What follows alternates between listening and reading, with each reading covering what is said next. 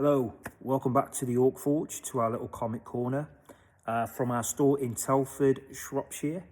Going to be a bit of a short one today. Don't have a massive amount of new stuff in.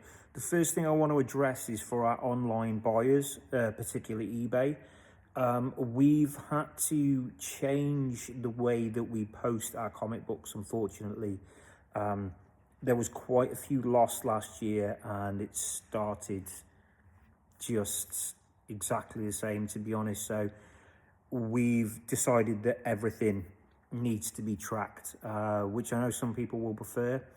Does make the postage a little bit more expensive, but unfortunately we can't keep losing items in the post. So I'm afraid that's just we're going to have to do that from now on. Right, so what's hot and new in today, fresh today? First things first, Inglorious X-Force. I'm a massive fan of X-Force, always have been. I love Cable, and I really like this new Helverine character. So if you haven't caught up with it, I recommend. There was a Helverine limited series last year, so if you want to look up on it, I'm not going to drop any spoilers or anything, so just, it is good. So you got him, you got Angel and Boom Boom. It's very much what you'd expect from X-Force. It's very sort of tactical squad, sort of espionage-y type action adventure. I've always liked that, sort of mixed in with the obvious sort of superhero tropes. I've always thought that X-Force at times was a lot more interesting than a lot of the other books on the shelf. So really, I haven't read any of these today, by the way. These are brand new in, and I'm going by the blurbs that we get from Diamond, so, or from Marvel and DC through. So yeah, so really looking forward to reading that. It's written by Tim Seeley, which I'm a big fan of Tim Seeley, so that's a plus. So yeah, looking forward to seeing it. So that's the first one. That's Inglorious X-Force, #1, and that is in today. Okay, on the mutant side of things, we have Rogue #1 for Shadows of Tomorrow. Shadows of Tomorrow, by the way, is the sort of aftermath from the Age of Revelation. I think it's sort of the epilogue and what, you know, the consequences. So yeah, there's quite a few mini-series, limited series and stuff coming off the back of it, which I'm not mad about. I love, like, the mutant books have always been my favorite. So you know, I'm not going to whinge at more mutant books out. And Rogue, I love Rogue. She's one of my favorite ever characters. So really looking forward to that. It explores more of her relationship with Mystique, which, yes, it's been done a lot, but at the same time, it's a really interesting dynamic between the two. Again, no spoilers, read up if you don't know, but there is a relationship between Rogue and Mystique. So yeah, looking forward to reading that. Yeah, that is Rogue in the Shadows of Tomorrow line. Okay. And again, we're going to go through quite a few here. Got X-Men, Shadows of Tomorrow. With reading The Age of Revelation, it kind of reinforced my love for the X-Men. I think it was done very well. And it got me excited about it again. You know, it got me sort of looking forward to reading the next X title. I've always loved them, and yeah, and it's in a pretty strong position at the moment again. You know, X books, as much as I love them when they're at the best, you know, there has been sort of highs and lows over the years, and, you know, unfortunately, probably over the last sort of 25, 30 years, there's been more lows than highs. So when they do something well, I make sure that I'm all over it, basically. So yeah, that's Jed MacKay who writes that. And as you can see, the cover's lovely. So yeah, looking forward to reading that. That's X-Men. Again, in the Shadows of Tomorrow sort of epilogue of Age of Revelation. And another one by Tim Seeley, actually. This is Psylocke Ninja #1. Always loved Psylocke as well. You know, like I said, sort of growing up late 80s, early 90s, reading the mutant books of those times. You know, she was sort of an in and out character, but she was kind of in and out enough to be, you never got tired of her. She'd be around in the group for a while, and then so it's kind of a mysterious thing. So Psylocke's always been a really cool character, and looking forward to reading that. Like I said, I love Tim Seeley's work, so yeah, I really love this cover. What's his name? David Chew.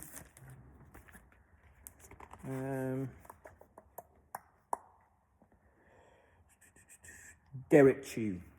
So as you can see, and I really love that, and it looks like they're going for a very neon-y type sort of art style inside, which is cool. So yeah, that is pretty much all the Marvel stuff that's coming this week. That I'm not all of it, obviously. We've got so much of it, it's ridiculous, but those are my sort of picks. But yeah, DC, we have... Oh, no, actually, before we move on, I've got one more which I think is going to be really good, and that's Logan, Black, White, and Blood. The Black, White, and Blood stuff has been really good. I've really enjoyed the Boba Fett Black, White, and Blood, which we have in store. This is brand new in today. As well, everything I'm showing you is brand new in today, but yeah, looking forward to reading that as well. I love the art styles. This Black, White, and Blood stuff is really stylistic, and it's just cool. It's just a joy to sort of view. It's the artwork's absolutely stunning. So yeah, anyway, back to Absolute Batman Arc M. So this is the continuation of what's being done, how can I, without spoiling, the construction of Arkham, or Arc M, in the Absolute Universe. As I said, I've been reading this very, very closely.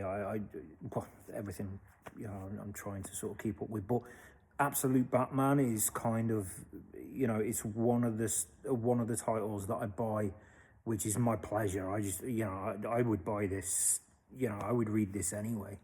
You know, it's fantastic, and I really like the new take on everything. The new Joker reveal was insane. Probably shouldn't have said that, but you know the Joker's going to be in it somewhere because it's Batman, so yeah, it's not that much of a spoiler. But yeah, Arkham, it's a one-shot. It's or I believe it's a one-shot. I'm pretty sure it is, because it is under the heading on the order sheets, Arc M, Absolute Batman Arc M. So yeah, it should be good. Pretty much everything they're putting out in the Absolute Universe is different, and some is better than others, but it's all fresh. It's all really good, and I'm looking forward to reading that. As I say, I've been sort of keeping up with it, and the last issue I loved. Got to the end of it, and it was fantastic. So reading this is going to be cool. I'm really looking forward to that. So DCKO. Most people who would be watching this, or two of you, is probably already familiar with what DCKO is all about. The tournament. So yeah, I think it's down to the last 4 or something. I have slipped a little bit with this. I am enjoying it, but I haven't read the last one yet. So there's a couple I've got to read. That is the case for a couple. I was going to do Absolute Superman as well, but I'm a couple behind on Absolute Superman. So yeah, I can't really push it. I can't really tell you much about it. Well, not, you know, so sorry. But anyway, Scott Snyder's DCKO, it's really, really good so far. And I've really enjoyed the standalone, the crossover ones as well, like with Night Fight, where, you know, our Bruce Wayne is battling other iterations of Batman. And that's been really interesting. I've really enjoyed that. So, yeah, KO so far has been a good, you know, a very decent crossover. I think that's the problem, is crossovers can be, well, are usually overdone. And, you know, what quality can you actually put into something that's been forced out, you know, every year? What can you really bring to the table for a big crossover every year? It's like you can't just bust something out when it's not organic. And sometimes the crossovers really do suffer for that. I remember when I had my old comic book shop, Atomic Comics, for anybody who used to call them, and I remember reading Civil War 2, and it was pretty much solely released because Civil War was just coming out, the Captain America movie, and it was almost unreadable. It was awful. It was really, really bad. At the same time, DC were just putting out the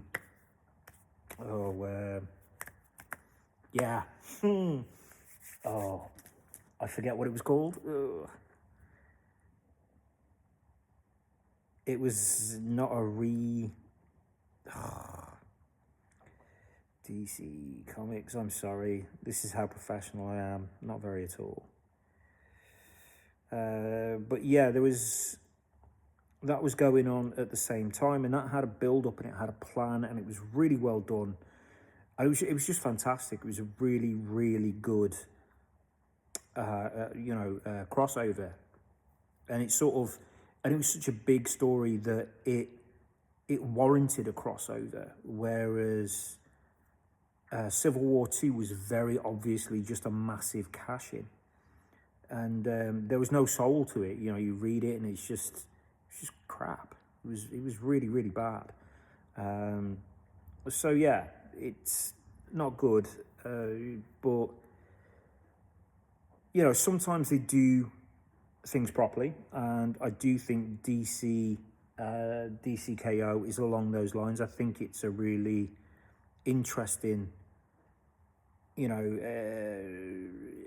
an interesting sort of concept, and they're doing a good job with it. And sorry, I'm still trying to find this book. You know, sorry, I'm going to let it go. But yeah, so it seems to be going well, and it seems to be a very warranted crossover. You know, a decent idea. You know, I mean, every now and again you get those. It's no Blackest Night. But then what is, apart from Blackest Night? So yeah, but it's decent. I'm really enjoying it, and I love the tie-in materials. It's going really well. So yeah, that's another hot pick. What else do I have? Transformers. I'm really behind on reading them, so I can't say anything about it. All I know is that I love Transformers, and Robert Kirkman's been writing this. So it's going to be odd. And the strange thing is with Transformers is it's had some really ridiculously strong story writing, like more than it should have, as you know, a cartoon solely created to sell action toys, action figures. It you know, and then you got a few people. Simon Fernham started doing it in the 80s. And it's just continued, you know, just these stories that just have, you know, are much better than they have any business being, which is awesome. I think I said that on the last video with regards to Thundercats as well, and it's the same point. You know, this is what I love about comics, is you can get hold of an whole franchise and turn it into something that you never thought it could be, and that's always interested me. Speaking of which, Masters of the Universe: The Sword of Flaws. This is part 3. Freddie Williams, Tim Seeley again. Jesus, he's a very, very busy man. Freddie Williams second. I really, really like Freddie Williams' art. It's just, it goes really well with this kind of thing because it puts you in mind of, you know, action figures and stuff like that, and cartoons, which this kind of should do, you know. I mean, it might be a great, you know, a story that's way beyond anything from its source material, but the fact that it kind of takes you back to that is cool, and I think it should do. That's why people buy it. I mean, no one's going to pick this up off the rack, you know, completely out of the blue without knowing much about it, you know. I mean, he's a big muscular dude with an axe riding on a tiger, so you never know. But point is, most people who pick this up are getting it for the reason, you know, for those reasons. It takes them back. They love Masters of the Universe, so, you know, it's one of the reasons why I read a lot of these, you know, licensed comics. And, you know, over the years, there's been some real surprises in how good the story is. So yes, I think that's about it for now. So it's going to be a short one. I have to stagger today's delivery so I can do a video next week as well. So plus then I get the chance to actually read some stuff for next week and give a little bit more information. But yeah, just a short bit on what is coming up. First things first, we have Superman and Spider-Man issue 1. This is going to be an anthology, much in the same way that Deadpool and Batman was.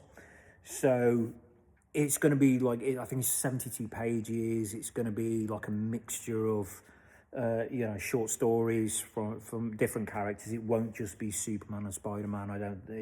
I'm pretty sure from what I've read. And like I said, going by what they did with Batman, Deadpool, that I think it's going to be the same kind of thing as that. That's a bad thing. I've really enjoyed the stories in that book, so I'm sure I will with this as well. And, you know, I'm one of the people that will say a comic book doesn't have to always say something profound. It just doesn't. It's just entertainment. So, you know, if you read it and smile while you're reading it, or, you know, laugh or whatever, that's enough, you know. And some of these stories are a bit daft, and I'm all there for it. I love it. So yeah, so that's Superman, Spider-Man. Also, we have a relaunching of Batwoman, which I am pretty excited about. I think since the New 52, the New 52 series that came out in 2011, I think. I can't remember. I collected most of the books. But the stuff that the Batwoman series it was a great story, and the art was absolutely stunning. It was beautiful. If you haven't seen it, it's the New 52 Batwoman title, and the art's gorgeous. The covers are just stunning. So yeah, it's Batwoman, Lobo, and Deathstroke the Terminator, which are relaunching with their own titles. I think it will be next month because I've just ordered them. So yeah, so Lobo is kind of, I don't want to say DC's Deadpool because that's a little bit, but in a certain way, they can kind of be a little bit off the wall, a little bit crazy with him. And that can go either way, much like it does with Deadpool. You know, the overexposure of Deadpool, although the movie's great, it has led to a decline in quality in the comic books because at any given time, Marvel are putting out, you know, or have been, you know, 3 or 4 titles with Deadpool on, and there's no creative sort of, you know, I mean, if you look at Mercury the Mouth and Deadpool Corps and stuff that was just coming out when he'd become a little bit underground popular within the comic book community. The stuff was strong, it was funny, it was legitimately good. And then after he sort of exploded into pop culture, they kind of spread him way too thin in the comic books over so many titles, and there was no creativity to it. It was really hollow. I'm hoping that that won't happen with Lobo, but there has been rumblings for a long time about Lobo appearing somewhere in TV or movie as well. So you know, we'll see. But it's written by Scott Young, and I like Scott Young stuff, so I'm thinking, you know, at least this iteration should be pretty good. So yeah, the only one that doesn't really sort of interest me too much is the Deathstroke one. I don't know, I've never really... Deathstroke's a cool enough villain, but he's not my favourite. So yeah, but the Batwoman and the Lobo I certainly will be picking up for myself. To be honest, I'm pretty sure I've ordered all of them for the store, so yeah. But yeah, that is about it. That's all for today. Sorry, we're still messing around with our editing software as well, so this is going to be bare bones again. I'm sorry. But yeah, just a little word on our store. All of our comic books come bagged and boarded if you order online. I am going through everything on the shelves and bagging and boarding them, but it's a hell of an operation. So if you do pick something up off the shelf and it isn't bagged and boarded, I will do it for you at the counter. So yes, and we are very, very competitive. I do believe we are more than competitive, but I don't want to make any, guarantees on here without looking at other people's prices, but I'm pretty sure we're more than competitive. So yeah, come and see us.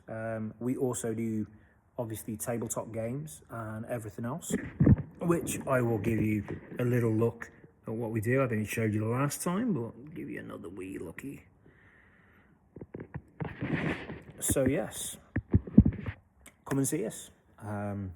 Sure, we've got something for the most discerning nerd in your life. But yeah, I'll see you again. Bye.